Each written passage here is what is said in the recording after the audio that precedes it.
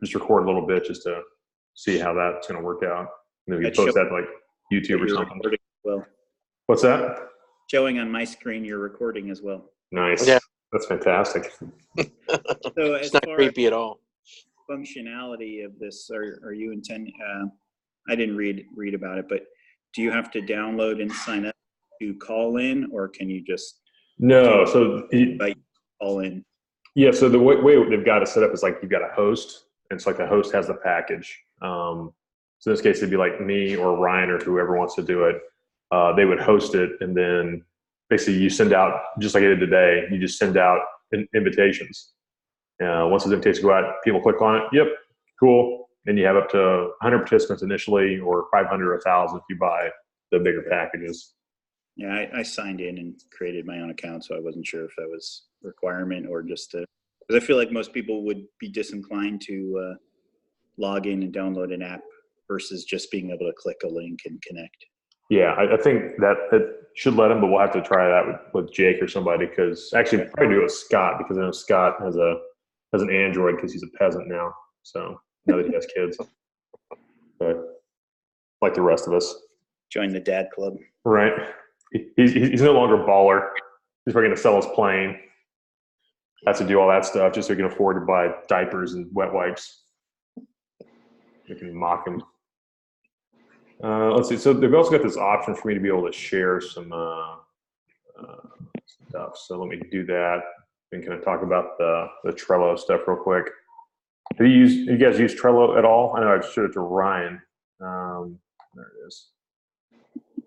I downloaded it, and I don't know if you noticed I've been throwing a bunch of stuff on there. Oh, no, I had not noticed that yet. So. Good for you. So what have you thrown on there? Let's see. I got your screenshot there. I added a couple of, well, this is challenging because I'm on, let me sign in to Trello on my iPad here. So right now, is it showing that Trello page? It is, Yes. but I'm on my phone and it's very clear, but it's absolutely tiny. Awesome. It would work on my computer much better for this. Right. You can actually pinch it open, Lucas. So you can zoom in on areas that you want to look at. Yeah. So on infrastructure, the bottom of infrastructure, I think I added two down there. Okay, the grievance form and the update membership application form. Yeah, and Okay. then customized steward. Okay. The steward handbook. So I don't know if you noticed that OPIU has a generic steward handbook. Mm-hmm. And I was just kind of, I didn't get a chance to read through the entire thing, but it looked like it had some good fundamental information in there. I thought it would be helpful to add some PHI. Yeah, absolutely. I think I made a note on another page, like add in like the risk assessment matrix, Okay. culture, a couple of things like that. Right. That way it would be like a one-stop shop if you're in a disciplinary meeting to have that. Yeah, absolutely. I also took your suggestion. I went ahead and opened up a Dropbox account for stewards. I think you should have gotten an invitation for it. I did. Yes. Okay, cool. So right now it's obviously empty, but we can populate that with whatever you want to. Yeah. So I mean, again, the Trello thing. This is obviously it's pretty straightforward. It's basically just sticky notes on Crack. So, but it's got the ability to put everything in. It doesn't have like flow charting and things like that for timelines, but you can throw due dates and you can throw other stuff. So it's simple, but at the same time, it's got some capability that probably more than we're gonna need. But I don't know. Do you have any questions about it? How it works, or?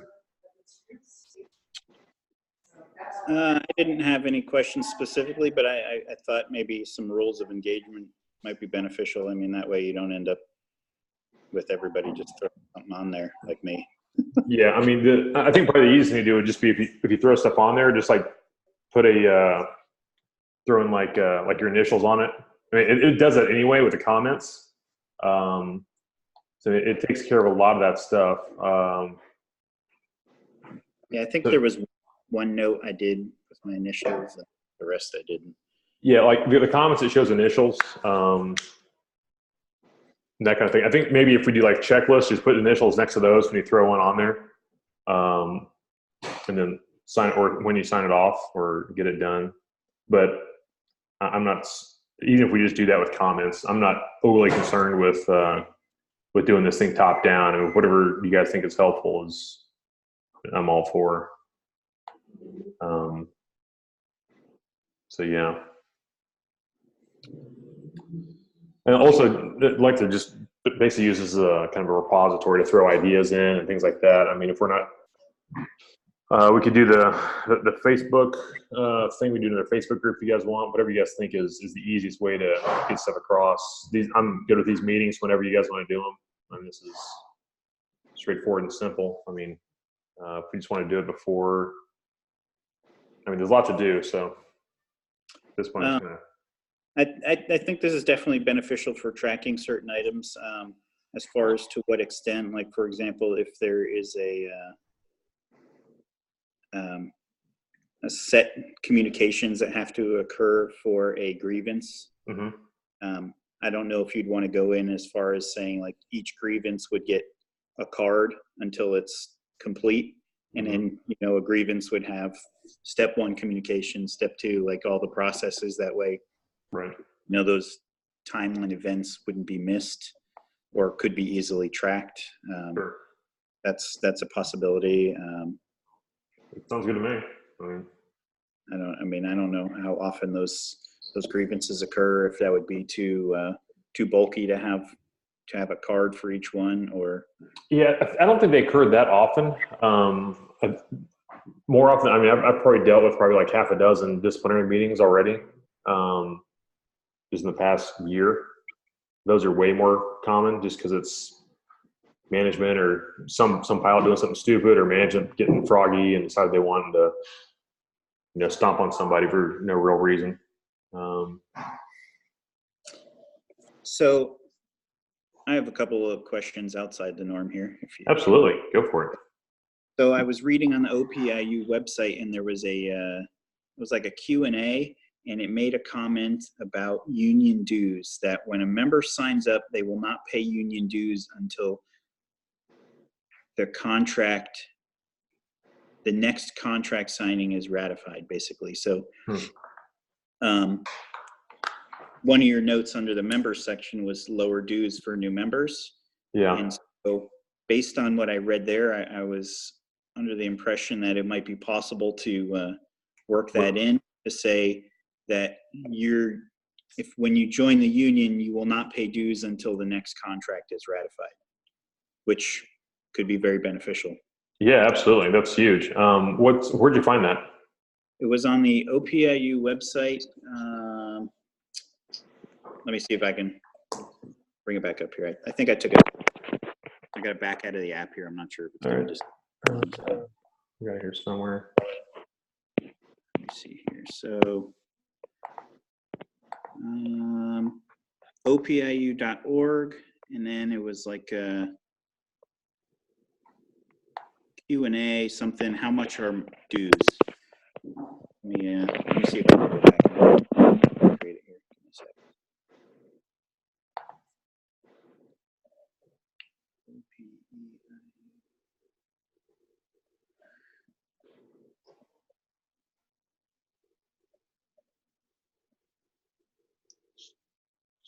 So when it says contract ratified, I mean, we've never ratified a contract at PHI, right? No, we haven't ratified it since the strike. Yeah. There you go. If we can ask questions. How much are my dues? There we go.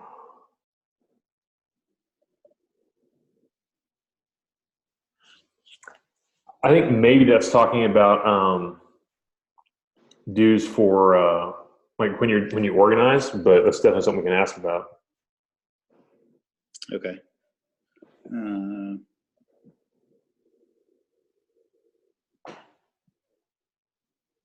Hey, give me 1 second. I'll be right back.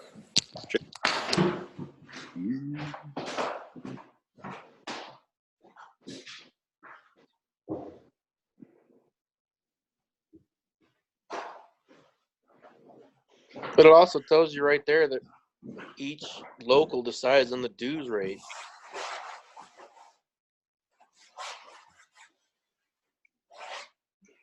I'm still looking for this. Where did you click through? What local union resources?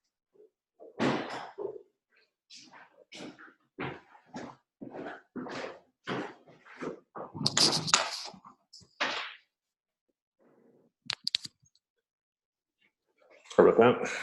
Let's see. FAQs. So what did you click on to get to that page again? it is. Need a union. All right, I found disregard. All right.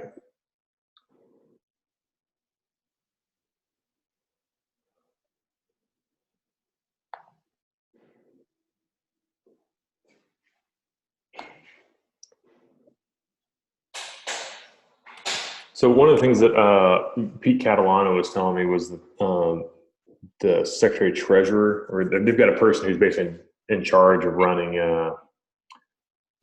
membership drives.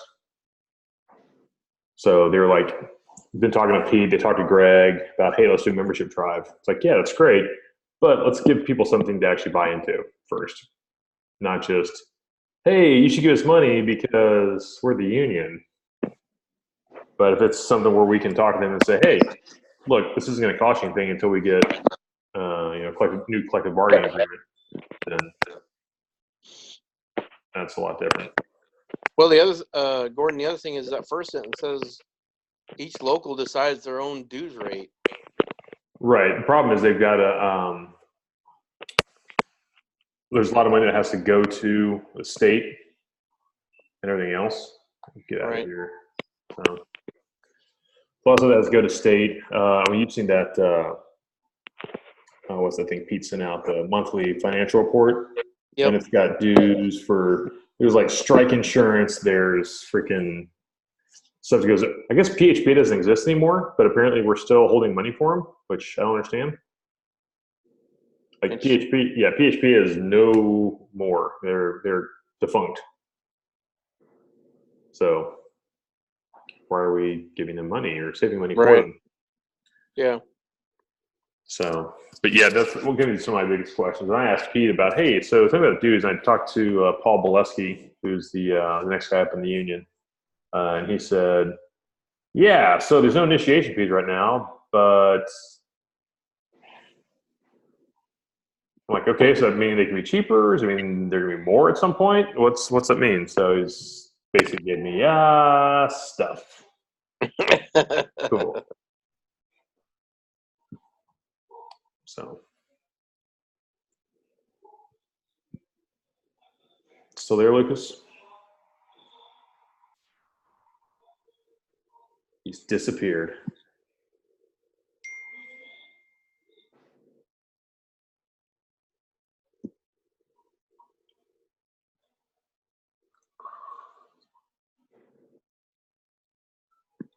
Stop recording.